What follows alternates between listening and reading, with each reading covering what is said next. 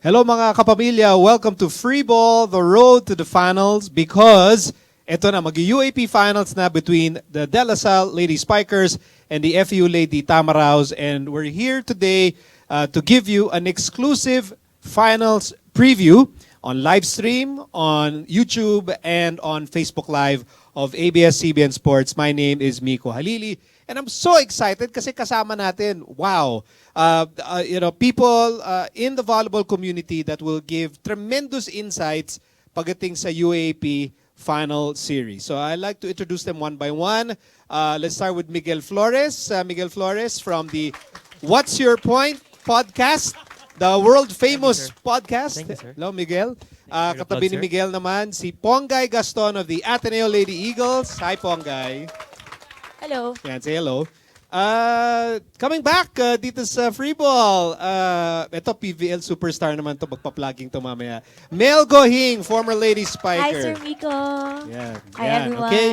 Also joining us, one of the most eloquent, most energetic, and charismatic coaches in the UAAP, the one and only Coach Air Pada. Thank you. Thank you. See you. Daming fans, Coach, ah. Medyo lang. Medyo lang. Yeah. Also joining us, again, one of the most respected voices in Philippine volleyball, Madam Mozi Ravenna. Wala ba mic, Madam Mozi? Use your mic. Yan. Yan. Okay. Also joining us, ito ini-request ko talaga. Special request ko to. From the UE Lady Warriors, Judith Abilmanyans. Abil! Asan yung mga Abilmanyans? Bye! Ayan, mga Abilmanyans. And last but not the least, also coming back dito sa Free Ball, volleyball super influencer, Mac Jonicio, a.k.a. Bengadora. Wow, mas peaceful yung huli, no? Yung last week, no? Parang ang saya natin, yung dami nating fans. Okay, so let's get right to it. Free Ball is our special preview of the UAP Finals. So, unahin ko na si Madam Mozi, no? Para pinakabata muna. So, Madam Mozi, I want to know, in this match between La Salle and FEU, who has the clear, maybe even overwhelming advantage? Lady Spikers ba o Lady Tamaraws? Well, clear, hindi naman overwhelming. I think La Salle, because of their been there, done that attitude, diba? Parang, obviously, ang FEU for the longest time has been waiting for this moment. Probably the hunger is there, but question pa rin yun how hungry are they? Pero La Salle, parang ilang years na diba? Ilang years of being the finals. So I guess, maturity-wise and experience-wise, yun yung lamang na La Salle. Miguel, itong La Salle, 10th straight 10th straight finals. finals appearance, Going yeah. for a three-peat. Is there any way na itong La Salle will not have an advantage in the finals, or do you 100% agree with Madam Mozi that they have a very clear advantage? Well, they do have an advantage when it comes to culture, when it comes to that winning tradition. Pero FEU also has that very, very proud tradition. I see it every time na yung mga alumni nila nasa paligid ng team, everyone just Meaning speaks. alumni players. Alumni players. Like Mel. No, from FEU. FEU, sorry. Yeah, FEU. pag nandun yung mga administrators nila, they always talk about kasi sila pa rin yung may pinakamaraming volleyball championships in the UAAP. And I think this year just means so much to them kasi they're playing for their volleyball patriarch, si Coach Kid Santos, who passed away earlier in 2017. So parang their culture, their winning tradition has been parang mas prevalent this year. They're really trying to establish it this year. You could see it when they parang tried to switch coaches from Shaq De Los Santos to Coach George, just to try to switch it up, just to try to bring in a new voice and maybe revamp the program. And it's worked. They're now in the finals after just making the Final Four for the past few years. Ikaw, Judy. Huwag kang kakabahan. Magkukwentuhan lang tayo. Nakalaban mo, di ba? Nakalaban mo pareho, di ba? La Salle, tsaka FEU. Dahil dun sa experience mo, ano ba, nakikita mo ba? Sobrang lamang ba ni La Salle? Or pwede bang patas tong dalawang team na to? Depende sa ano pa naman kasi ngayon is game 1. Parang Lasal is more on service and also the FEU more on service din sila din. Siguro magandang laro ngayon talaga kasi yung blockings nila hindi naman nagkakalayo din. Then siguro yung paglaro ng smart lang talaga sa paglaro sa loob. Kailangan utak-utak kasi yung Lasal is matatangkad din yung blockers nila. And siguro gagamitin ng FEU sa Lasal, siguro mga quick plays para makagawa ng puntos. Yun po sa akin. So pag binilang mo yung mga strengths, sino mas maraming strengths? For me, Lasal. Lasal. Yeah. Kasi, di ba, may na din po sila yung feeling kung paano maglaro sa championship. Parang yun din yung naging isa sa strength nila nakuha nila. Yun po. And yan, nung sinabi mo, di ba, sanay na sanay ang Lasal sa paglaro sa finals. Yes po. Bengs, dito ngayon papasok, hindi ka ba kinakabahan? Kasi I know na feeling mo talaga itong FEU has a great chance to, sort of shock the world, di ba? I'm the only one here. Ikaw lang ba? Ikaw ba, hindi ka ba kinakabahan sa belief mo because FEU is, yes, they're going for their 30th championship. Pero matagal na since last sila nag-champion. So for Bernadette and sila Chin Chin, it's their first time to be in this big a game. You think kaya nila, confident ka na this FEU team can handle that immense pressure? Well, if their last game is any indication, I really think they have what it takes because during their last game, their blocking was a lot better than their eliminations games. Even players like Pons, Negrito, they were really blocking well, and that would really be beneficial when it comes to the finals. And iba pa rin talaga yung may ipinaglalaban kang isang player na you as a team na you don't mind na siya yung nag-shine ngayon. You want her to exit in a way na she deserves. Sino to? It's Bernadette Pons again. Iisa yung buong community ng FEU na ipinaglalaban nila na we should give Bernadette Pons the exit that she deserves. Pongay, you competed against Bernadette Pons in very intense matches. When you look at Bernadette, what makes her a special player? I think she's really smart when she plays. And parang she reminds me of like the way Galanza plays. Parang kahit ano position sa likod or kahit sa harap, pag binigay mo sa kanya, papalo siya. Tsaka pupuntos. Like, rare lang yung magkaka-error. Actually, yun yung problema kaya natalo kami. Actually, nanalo lang kami kasi nagkakamali na sila. Pero when they started to play well again, as in, galing nila. It's, yung nagustuhan ko sa FEU, tsaka siguro sa pag nagdadala si Bernadette Pons, parang hindi talaga sila sumusuko. It was like, when we played against FEU and Adamson, those teams were really hard to play against for me. You're not just saying that because Coach Air No, is actually, here. sinasabi ko lang yan kasi nandito. No, pero feel mo yun yung sinasabi ni Bengs that this FEU team, para bang si Bernadette yung heart and soul that they will try to win it for her. Nakikita mo yun, Ponggay? Yeah. So I was thinking about the other players na. They're all good eh. Like, pati yung setter nila, parang matapang sila lahat. Ganon. Walang sumuko na isa. And parang when you see Bernadette Pons playing, parang she doesn't get frazzled. She always looks like she's enjoying lang. Kahit they're losing na, parang she looks like she's fine pa. That's what I noticed. Mel, do you agree? Pag pinaparoon mo si Bernadette Pons? Well, I've seen her past games. For me, siya yung player na maaasahan mo pag crucial. Kasi may iba na okay naman pag hindi naman crucial. For me, I idolize players na nadadala nila yung team pag crucial. Kasi importante yun eh. Especially if you wanna stop yung dire-diretsong points ng kabila. Kailangan may stopper. And para ma-prove sa mga teammates nila, we have to fight. We're still fighting. So I think yun yung part ni Pons for the FEU. But then it's championship, and for me, it's a team sport. Volleyball is a team sport. It's just not one player. So, I mean, you have a good leader, but then your other teammates must also want to win this game. so they would follow to you. A champion team, everybody in the first 6 or first 7 should play their best game because it's the championship already. Okay, so aside from Pons, Coach Air, who else from FEU should play exceptionally well in the finals to give FEU a chance? I have a couple. I think Basas, for one, needs to step up and she's got to be used. I don't think, sometimes I think when you have a player like Pons on your team, not even, just without even knowing it or admitting it, you kind of like let her do a lot of the work, even though she doesn't have to. Because like Melissa said, like there's a lot of weapons on FEU too. I think Basas needs to step up on offense. When she's in the back row, they need to go to her too, because she's just as good as hitting out of the back row like Pons. So she's got to step up. I think personally FEU has the upper hand when it comes to setters. Their setter combination with Cayuna and Negrito, they're both very, very strong in my opinion.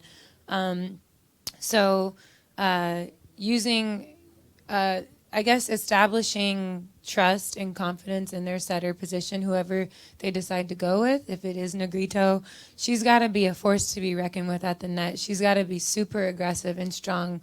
I remember when we played LaSalle, my setter Finn, who's very strong and aggressive at the net, always was scoring points for us on her dump. It's just putting pressure on the blockers, making their middles think a little bit more before they decide to go and commit to leaving the middle of the court open. And I think they need to step up. I think their middles for FEU, they're starting to grow. I think as the season is progressing, I can see how Domingo is really coming alive at the net and being a blocking leader. And she's even becoming a weapon for her V play. If you notice about FEU, they're not very fancy. They really only run a couple combinations. They've got the open spiker coming in for a 3, the middle coming around for a V, the opposite staying on a 5, or sometimes we call it an Oreo. They put Basas on a back quick, the middle on a quick, and they keep the open out. And then when the setters are up, their middles are really disciplined in either going V or slide, the running attack. And it's not a super, super strong aggressive running attack. It's something that you can be handled. So I think that kind of puts them at a disadvantage when you're going up against a blocking team like LaSalle. I think they need to throw some new things in there. Switch it up. Give something that they're not ready for. Element of surprise. Yeah. Element of surprise. Let's bring in a Twitter question here from Bea for 5 at Bea_14. This is for Madam Mozzie. What skill should FEU practice the most for them to beat DLSU?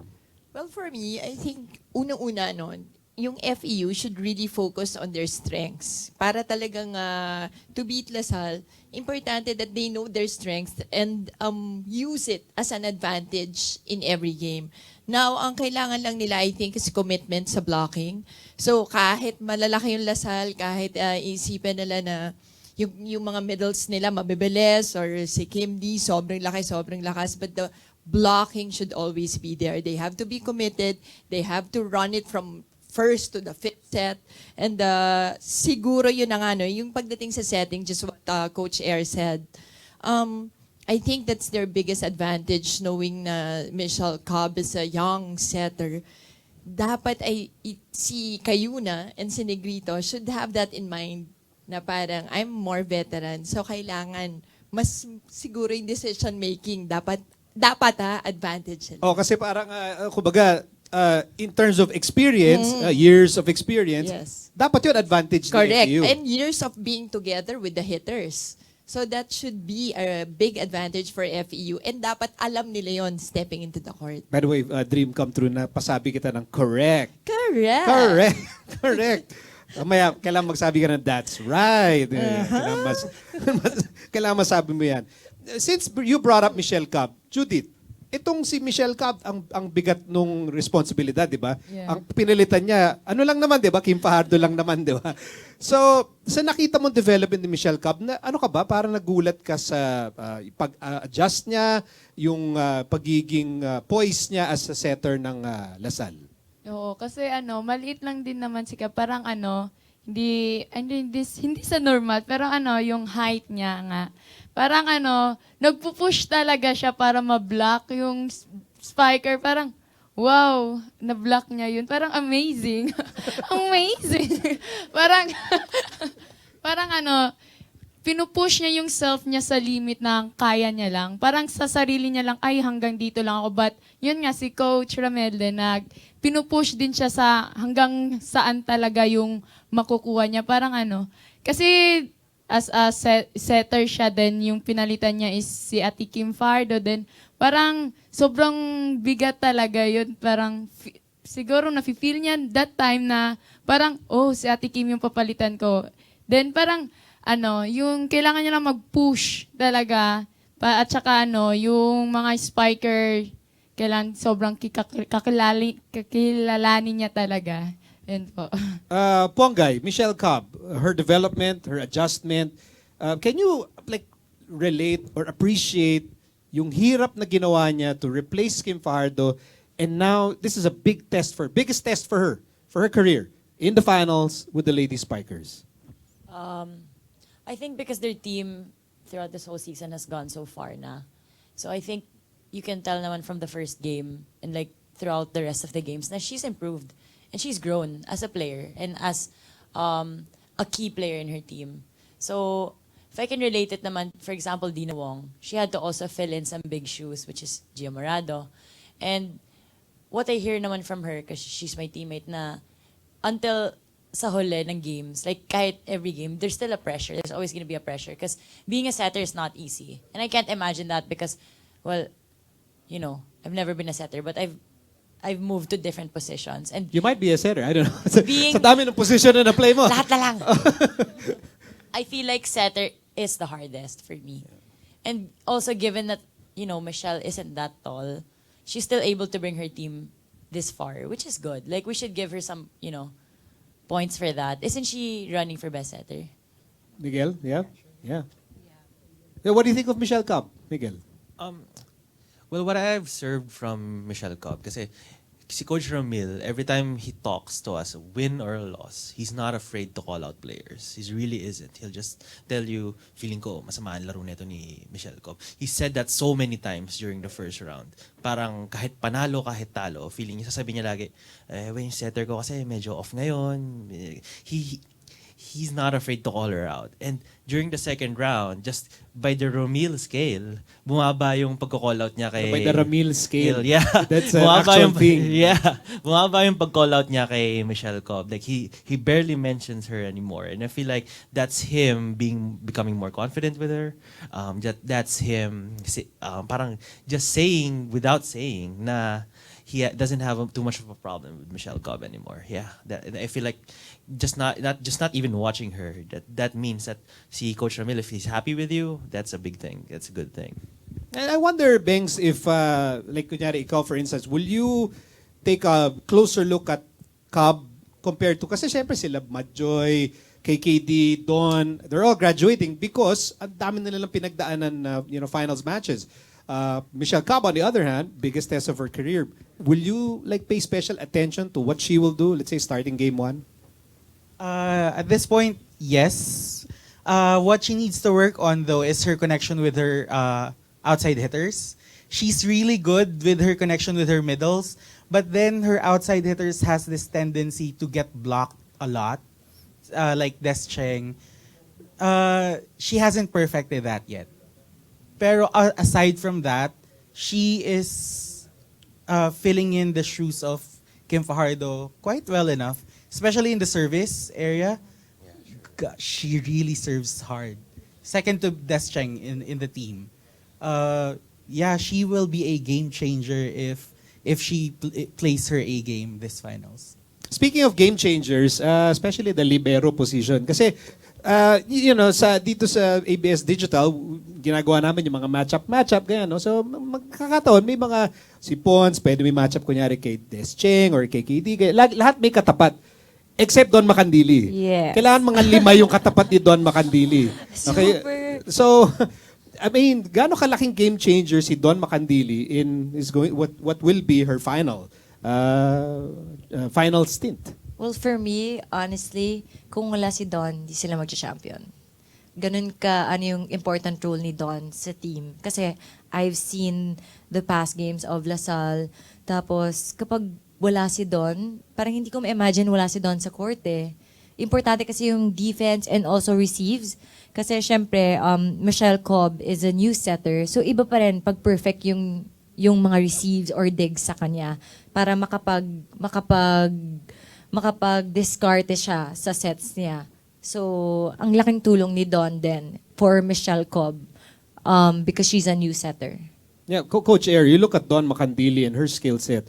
How big an advantage is it that Coach Ramil has a Don Macandili and then si Coach George naman, meron siyang libero by committee? I mean, it's an upper hand having a player like Don.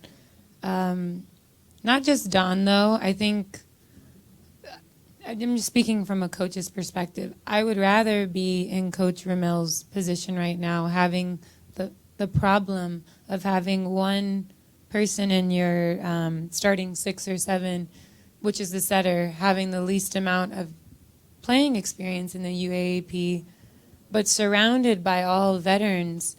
I know a lot of people make, or even you said Coach Mill kept, he's not afraid to call people out. So he was talking about how she may have been the weakest link, but right now I don't see her as a weak link at all because she's surrounded by so many great players. And to have a problem like that, you only really need to worry about her konti lang. Yeah, the way It's she's not- played, parang yeah, it's like it's not- you I'm don't not- really have to worry about her. No, like she's surrounded. She's like on an all-star team right now, and it's a good problem to have because it's going to force everyone on LaSalle to step up. It makes Dawn play her best game she can because she has to. She doesn't want to leave any room for more errors. So the players are actually in control. They're more in control of their team than they think. And how many seniors does LaSalle have again? 3, the 3 stars. Don, KKD, and Maroy, Majon, Mary Joy, Majoy Baron. There you go. All right, Yeah. let's bring in a special, super duper special question from a super duper special volleyball fan, Vice Ganda, with his question for our guests today. Hi sa FEU Women's Volleyball Team. I'm so proud of you. At last, pasok kayo sa championship. I'm rooting for you. Pupunta ako dyan to support you personally. Manonood ako ng isa sa mga laro ninyo. At ipagdadasal ko na manalo kayo. Alam ko na buong FEU community, yun naman ang wish. At nakakatuwa lang, ang sarap na yung FEU na naman na mapapanood sa championship. Pero ang tanong ko, sino kaya ang magiging magic bunot ni Coach George sa finals at magpapanalo ng team? Good luck. Hello everybody! This is Kim Chu. Hello sa ating mga volleyball panels dyan. Meron akong tanong. Sino kaya ang magiging magic bunot ni Coach Ramil this finals? So abangan yan. Sino kaya? That's the question. Ay, double question pala yun. Okay, super duper double question. Vice Ganda, Kim Chu, big volleyball fan. So itanong nila, magic bunot for both teams. Alam mo yung magic bunot, Judith? Hindi. Magic bunot yung off the bench, yung okay, hindi okay. inaasahan, yung magugulat Okay. ka na lang na, ang ganda na nilaro, galing, pinasok ni, unahin natin FEU. Sino yung pwede ipasok ni Coach George na pwedeng manggulat sa Game 1? Sa FU. FEU.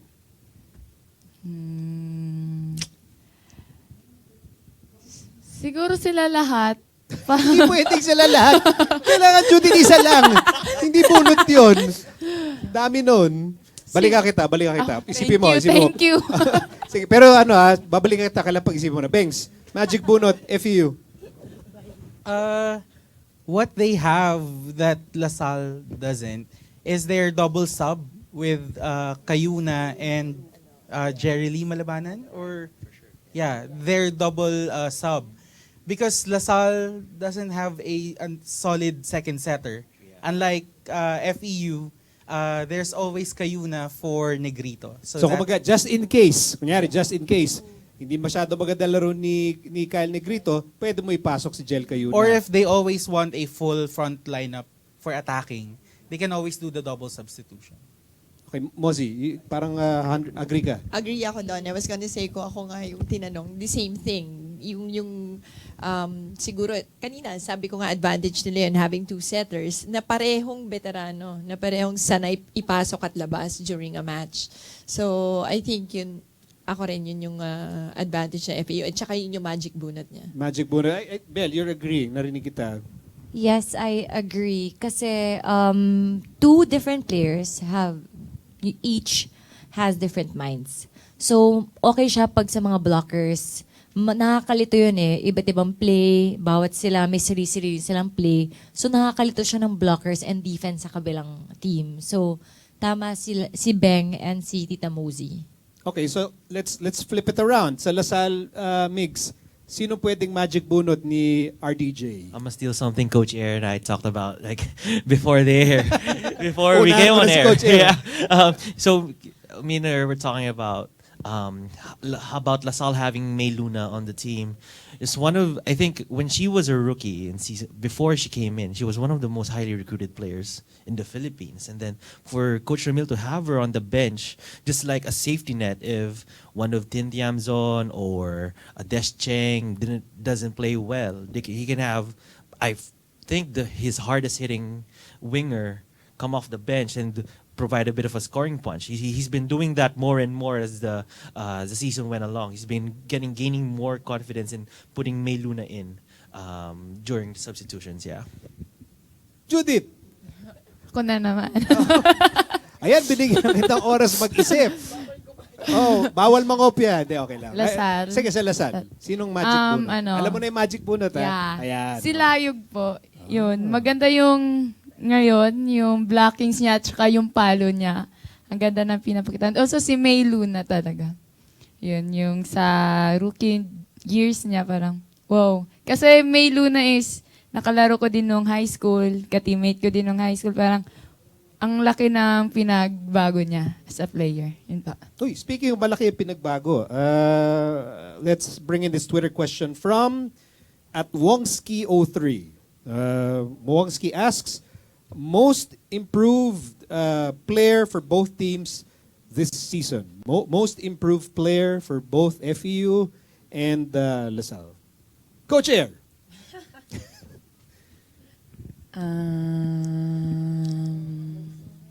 Okay, I think for FEU, I would have to say Domingo.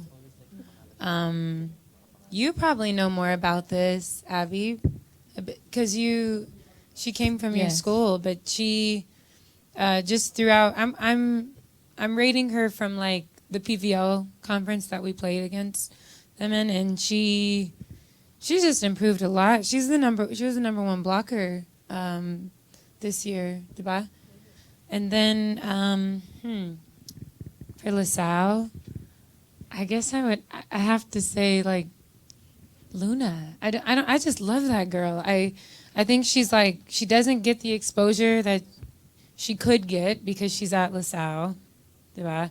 And she's just, I don't even look at her as a bench player. It's like when I think about LaSalle, I think I put her as part of the starting six. So it's like, have you ever seen The Sixth Man? Kasi yun yung secret sa LaSalle, di ba? Lahat nung nire-recruit doon pwede pang starting six.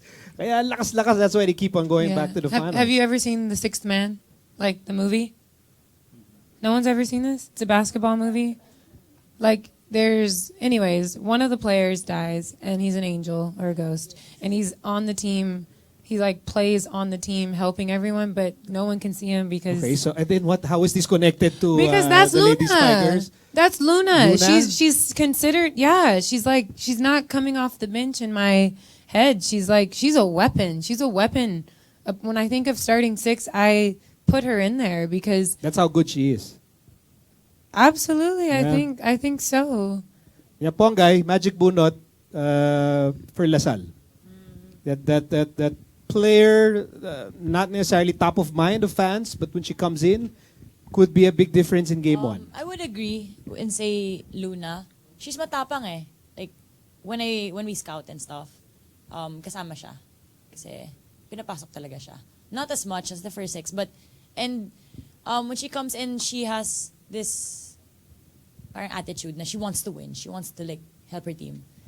Who's the second setter ng Lasal? Saga. Maybe she'd be a good bunot, diba? Like, if nagugulo si Cobb or kasi parang when we went against them, pinasok siya eh. I think that would be an okay option also. Interesting. That's an interesting choice. You mentioned the word attitude, and I'm reminded of the second round meeting between LaSalle and FEU, the Unli Swag game. I thought it was such a fun game to watch kasi hindi yung LaSalle lang yung nagsiswag, pareho. You know? Or if I'm going to borrow your term, Banks, swag. Swag. Can you explain to our viewers ano yung swag? S-U-W-A-A-G. No, because LaSalle has swag. Like attitude, like S-W-A-G. good attitude inside the court. Right. And then LaSalle has swag. Like, FEU. Like a Tamara. I mean, FEU has swag. S-U-W-A-G. Yeah, so it's swag versus swag. Okay. So, ito bang FEU para sa'yo, Bengs, hindi magpapatalo sa only swag mentality? They shouldn't, especially at this point. We've seen Negrito do it lately. We've seen Basas doing it all year round. I mean, all season round. And Yeah, then there's even this Basas Descheng Yes. rivalry, di ba? May swag that's gonna rivalry. be exciting because Des is an outside hitter and Basas is an opposite spiker. So they're gonna be in front of each other.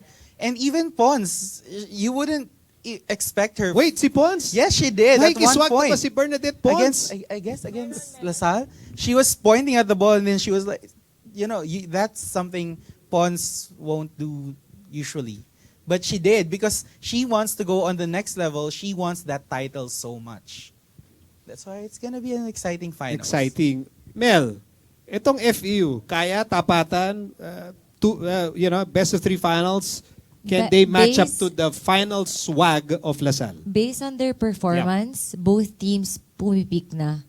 Tapos iba na rin yung attitude and yung swag ng FEU ngayon tsaka yung LaSalle. Iba na yung ginagalaw nila, saktong pa-finals Because na. kasi iba yung epekto eh. Like, I think Coach Air, you can talk about this.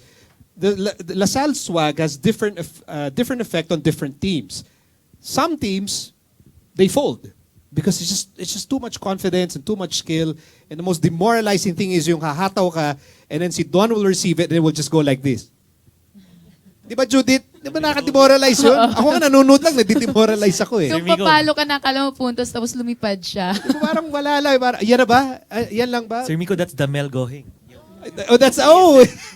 Yun pala, yung ba tawag doon? The Mel Gohing. That's a signature Mel Gohing move ikaw when she pala was in LaSalle. nagpasimuno niyan, Mel eh. Well, I mean, so, the swag effect, you think FU, will they respond in the most positive way? Yeah, I think so. I think it's going to be a fun game to watch. I do think LaSalle is very intimidating. And when you're going up against a team like that, a team that's known for playing at a high level consistently the entire match, the entire finals, I don't know, 2-3 games, however long it takes, it's intimidating because even if I'm assuming FEU is gonna work up all this like swag, Correct. right? Yeah, you said and it all correctly. this like energy, and they're gonna come like they're gonna be pumped up. We're in the finals. We're playing LaSalle. We can't beat them. Right? Kaya natin to, right? As soon as they start to struggle, that's when we're really gonna see where they are, because it takes a lot to dig yourself out of the hole and climb back up the ladder and play there consistently. And I think FEU might just get into a little trouble when it comes to that, because that's what all the other teams have experienced this year when they play LaSalle. That one set isn't good enough. Beating LaSalle or having a game, or a set 25, whatever, 17, you win. That's great. But can you do that 3 times? Or in this case, can you do that 6 times? 6 sets, perfect volleyball to beat LaSalle in a championship. That's really, really, really, really hard. Yes, coach. Parang feeling ko na nasa Adamson timeout ako eh. Parang gano'n na gano'n si Coach Air pag timeout eh. And I think in responding to pressure and responding to swag, I think this is when you bring in the coaching matchup. You have the master, RDJ, ang pabansang dimple, Ramil De Jesus, and then you have George Pascua, who, I mean, this has been a great season para kay Coach George. Bengs, you look at this matchup, anong naisip mo pag tatapat mo Coach RDJ with Coach George? I've seen Coach George in action because he also coaches on the A club team that I work with. And what works for him is that he is hands-on. He really focuses on everyone, not just his starting 6. That's why when some of his at the beginning at the beginning of the season you'd think, why is he using this player instead of this player? And then the next game he'd be using another player. So I believe he has a plan, a long-term plan to get all his players ready by the end of the season. So right now that's what it looks like. He has a wide array of spikers, setters, and libero ready to take each other's place if in case of trouble. I guess that's his plan. Madam Ozzy, Coach George, and ano yung paano niya mahahanda yung kanyang team for the finals? Well, you have to remember both coaches played for FEU. Both coaches were under Coach Kid Santos, the late Kid Santos. So yung coaching foundation actually is, I think, the same. Now, what will be interesting is, paano nag-develop sila individually all these years as coaches? Doon ako mas interesado. I like to see how they develop themselves as individual coaches. Saan ba? Si Coach George kasi matagal na men's team coach eh. So, hindi katulad ni Coach Ramil. Talagang women's team na siya na matagal na. So, I would like to see how Coach George will compete with yung experience ni Coach Ramil, knowing us, same foundation, same siguro mentoring, same mentor, and I guess ang interesting pa doon, they're really good friends. So let's see how they know each other. Oh, meron pa nga tayong video na magkatabi sila, na nanonood sila ng match. Mix, paano mo hihimayin yung coaching battle between RDJ and Coach George? I think my favorite part about both of them is napanood ko na sila before, like way before this season. I feel like both of them have both yung intensity nila nag-mellow down. Hindi na sila kasing angry before. I watched Coach George coach his men's teams before with FEU. Kahit televised timeout, grabe magalit yan si Coach George. Same as with Coach Ramil. He has no fear kahit anong sabihin niya. Pero ngayon, both of them more I think both of them siguro with age became more confident, became more settled down in their system, and now they're just willing to be more they're just expanding their personality a little bit more. Si Coach George, my favorite thing about him is pagpapasok siya ng preso ng pagpanalo, pupunasan niya yung tarpaulin kasi feeling niya yun yung lucky charm niya. Yayakapin niya sandali. Tapos si Coach Ramil, my favorite story about him this year has been, nung nanalo sila against NU, is as happy as I've seen him ever. I've seen him win championships, I've seen him win championships. Pero nung nanalo sila against NU, he was so happy for some reason na binibiro niya sila Kiana, sila Don, sinasabi niya, yung mga player ko, mababaluhan yan eh, yung mga graduating na yan, pag nag-uusap kami, iiyak yan. Tapos, I've never seen him like that. So, I feel like both of them are at certain points in their career na they're just very confident in their coaching styles, and then they're just really parang trying to expand their personalities now. Yeah. Coach Air, as a fellow coach, what do you think about these two coaches who are fighting for the championship? It's funny when you were talking about how they used to be, how like now they're happy and they're this. When am I gonna get there? Because 10 years from I'm 10 years. 10 years from now. Oh man. No, I think it's inspiring for me as a younger coach to watch, just hearing Mosey talk about I didn't know that they both came from FEU. I didn't know that they were friends like that. I actually saw them at your game this past weekend, and we took a selfie. It was cute. But I didn't know all this information, and going off of what Miguel said, just to see them, how they've like mellowed out, and I know that they both come from winning tradition, and they're very, very smart, and I know they're gonna give their best game. I feel like a coach's job at this point, you've coached your team up to this point. There's really nothing more that they can physically do or say or teach their team right now to get them to do something like magical in the finals. It's all going to come down to like, what have you learned this year? It's going to come down to all of that. And I think as a coach, they're probably like, hopefully they're wanting to sit back and actually watch their team compete and just chime in when they need direction. But I would be excited. I think we're all excited for this championship series, and marami excited. Nagpadala sila ng mga tanong using hashtag UAP Freeball. Not all of the questions are finals related. I think kasi alam nila nandito kayo no? So nagpadala sila ng mga tanong specifically for everyone. Okay, from Knicks, most improved team for this season. Miguel, I'll let you answer this one. Most improved team. Let's just throughout as the lahat. season went along. All 8 teams. LaSalle, I think they go. That's a team that went. They lose a few games that they look a bit iffy, but towards the end, after they win against Ateneo in the first round, it just went like they steamrolled everyone. Tuloy-tuloy na sila. Yeah, until like the last time that I thought that they looked like they were pretty close to losing was that when FU was up 2-1 against them. And then the fourth set and the fifth set of that game, they just steamrolled FU. And every set after that, they've been pretty dominant. They've been very good as the season went along. Yeah. From Talia, this is for Pongay. What position do you prefer, libero or hitter? For me, as of now, it doesn't matter. As long as I can contribute to my team. Because, yeah, doesn't really matter. You sure? Yeah. Maging setter ka bigla yan.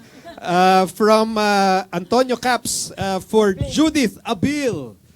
Judith, a lot of players from UE mag-graduate next season. Oy. Ano daw ang ma-expect nila from the Lady Warriors for the next season? Sa amin, kasi sabay-sabay din kaming gagraduate with Baliton, Arado, Bendong, and me. Parang, siguro push. Yung sabi nga ni Coach Carl sa interview niya din na gawa muna bago malaman kung ano talaga yung dapat naming magawa next season. Yun po. Okay, maraming mga Abilmanians. Maminis ka. Iyak na po. Abilmanians. From Pocket Fold 6, this is for Mel Gohing. What is the best way to control a ball? I have difficulty receiving. Clinic to ha. I have difficulty receiving a ball. It always bumps sideways. Sad face. Dito rin ako humingi ng advice. Ay. Let's meet in person. Joke. Anong advice mo for Pocket Fold 6? Best way to control a ball? First is, of course, you need to have a good base, your leg. So, tama, shoulder length, and then good posture. Dapat yung shoulder mo rin, dapat nakaharap.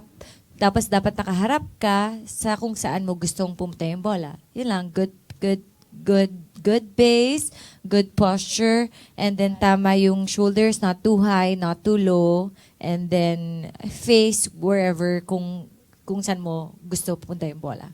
That's Pongay, it. talaga, really listening to what Mel is saying. She's super masipag as in I see her put an effort sa libero position. Knocks. Yeah. And she asked talaga. That's the best trait. Yeah. In anything, sports, life, you need to ask. And so, si Antonio Caps asks, for Coach Air, we've seen a lot of pictures of you recruiting other players from Palarong Pambansa. Did you see the pictures? Okay, everyone saw that.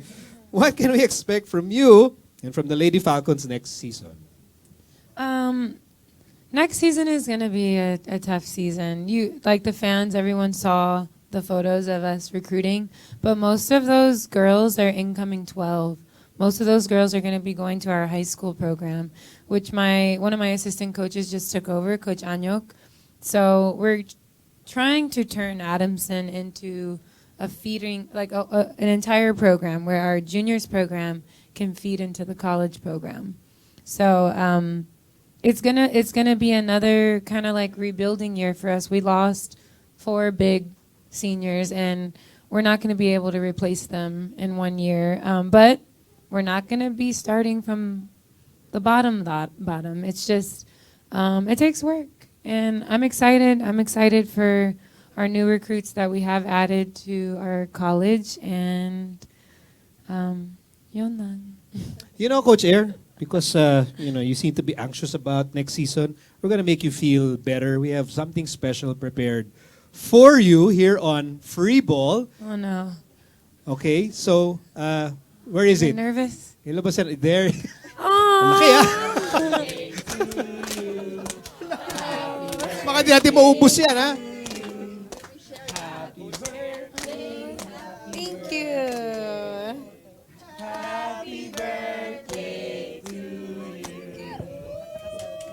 Make a wish. Yeah, what's your UAAP wish?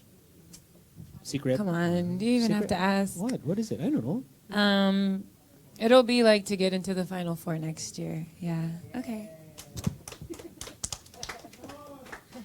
Okay.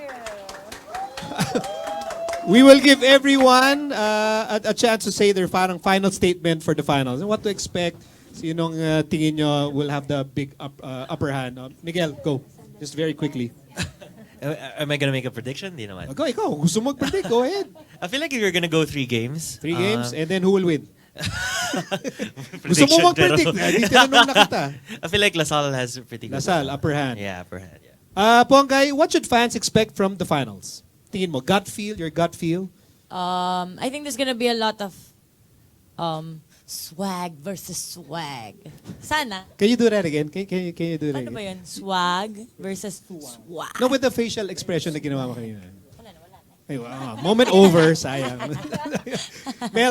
Mel, what should fans expect finals? Ang dami. It's either na kapag nakuha ng Lasal yung first game, posibleng makuha nila yung second game. Kasi iba talaga pag nakuha mo yung first game.